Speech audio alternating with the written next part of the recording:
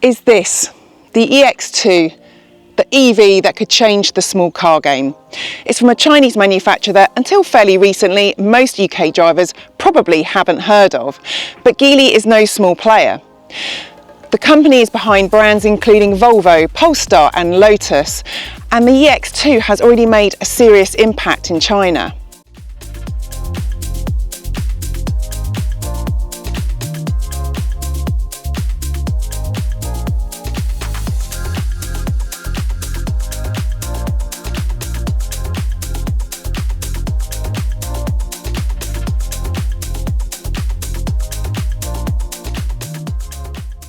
Now it's coming to the UK and the headline number is £20,990.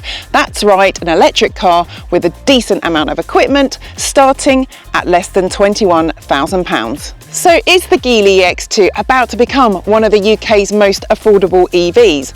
Let's take a closer look. There are three versions of the EX2 coming to the UK. The Pro starts at £20,990, the Max is £23,490, and the range-topping Ultra, which is the model we have today, costs £25,490. And unlike some cars where the entry-level version feels like it's been stripped back to hit a headline price, Geely has packed quite a lot into the Pro.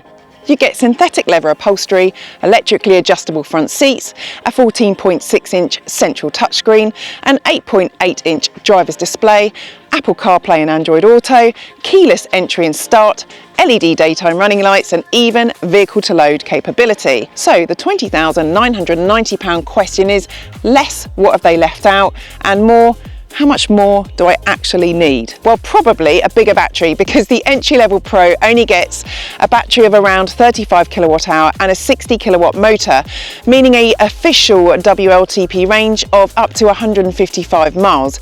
Poor by today's standards, but fine for most given average owners of small hatchbacks cover 10 to 20 miles a week, according to YouGov. Move to the Max or Ultra and you get the larger 47 kilowatt hour battery and an 85 kilowatt motor. That takes the official WLTP range up to 214 miles, and over our time with this car we've seen about 200 miles, which is perfectly usable. Charging is fairly competitive. The larger battery cars can accept up to 80 kilowatt DC rapid charging, which means it will take 25 minutes to juice from 30 to 80%, whilst the smaller battery cars are limited to a lower peak rate. There's also a 6.6 kilowatt AC onboard charging, meaning a convenient overnight home charging time of roughly 6 hours. Now here's where the EX2 gets really interesting, because although Geely describes it as a compact hatchback, it's surprisingly large inside. In fact, it's like a Tardis. I'm almost 6 foot and look how much leg and headroom I have. It's really quite impressive. And then there's the boot, 375 litres. Now that's golf territory, and with the rear seats folded down, 1,320. My only criticism is that the rear doors don't open particularly wide, which is going to be a pain in the backside when fitting car seats.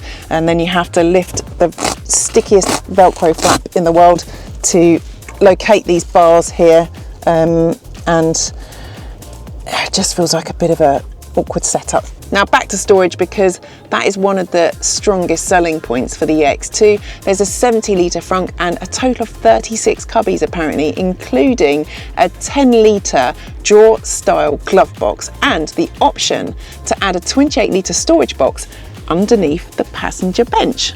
The interior is not going to be mistaken for a luxury car, but specification is impressive, and in the Ultra range, it's actually perfectly pleasant. That enormous 14.6-inch touchscreen dominates the dashboard with an 8.8-inch display in front of the driver. As mentioned, Apple CarPlay and Android Auto are standard, whilst the Ultra gets fast wireless phone charging, heated front seats and steering wheel, Flyme 6-speaker audio system and ambient lighting in this nice feather style detail. There's also two-tone paint and an optional bonnet stripe. because apparently it's the 90s. A powered tailgate, a 360-degree camera with a transparent chassis view, which is amazing when you're trying to park in tight spaces. Oh, and you can waste another £200 on a white interior. Overall, for the price, it's solid and well equipped. Some of the materials are a bit shit and infotainment functionality could be better, but for the money and the amount of equipment, it's hard to ignore. Safety technology is another area where Geely has been generous. Every single model gets 7 airbags and a long list of driver assistance systems. And this is why I've swapped seats, because after initial testing, one of the main criticisms to come out of it was the fact that there wasn't a shortcut button to deactivate the systems you do and don't want, basically. So within 6 weeks, Geely turned around and presented them with this. So put the car in drive, press the little car button, driver setup, tick what you do and don't want, save and activate, confirm, and you can either wait for that to go away in 10 seconds or just press OK. Simples. Every EX2 is rear-wheel drive, which sounds promising, but don't go buy one thinking it's going to transform into a little BMW, because it's not. For starters, it's no hot hatch, taking 11.5 seconds to reach 62 miles per hour in the top and mid-spec versions, or 14.2 seconds in the Pro, and a top speed of 81 miles per hour. It is great for urban and suburban driving, however, with light steering and an amazing tight turning circle, and let's be honest, more than enough performance for everyday driving. The EX2 isn't trying to be entertaining, it's trying to be easygoing and comfortable. And for a small EV intended primarily for commuting, school runs, shopping trips, and just general urban driving, it's perfectly adequate. It's not the most dynamic of EVs I've driven, nor is it the fastest, but it's got plenty of low down grunt, and the steering, as I say, is feather light but not devoid of feeling, and it really is a small fun EV. You can definitely tell that this car has been tuned for UK roads, because it really is a patchwork of tarmac around the launch event, and it soaks up all the ruts and bumps perfectly. You know, it's really comfortable without being floaty. I think for the price they've done a very good job. My only criticism of this car is the level of regen isn't very strong. Even in its highest setting, it's hardly what I would call one pedal driving. That's something that doesn't bother me, but it might put some buyers off. We haven't talked about styling yet, have we? What do you think? It has a kind of cutesy, bubbly exterior with a smile-like bonnet line, 16-inch cloverleaf wheels,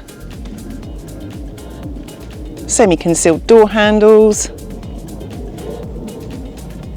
two-tone paint job, and it still has a Geely look about it.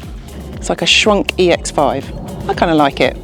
The EX2 enters a very interesting part of the market. It's going up against cars such as the Renault 5, Citroën EC3, Fiat Gran Panda Electric, MG4 Urban and the Volkswagen ID Polo, and each one has its own strengths. The Renault 5, for example, has arguably got the advantage in styling and driving character, but the EX2 fights back every time with space, equipment and price.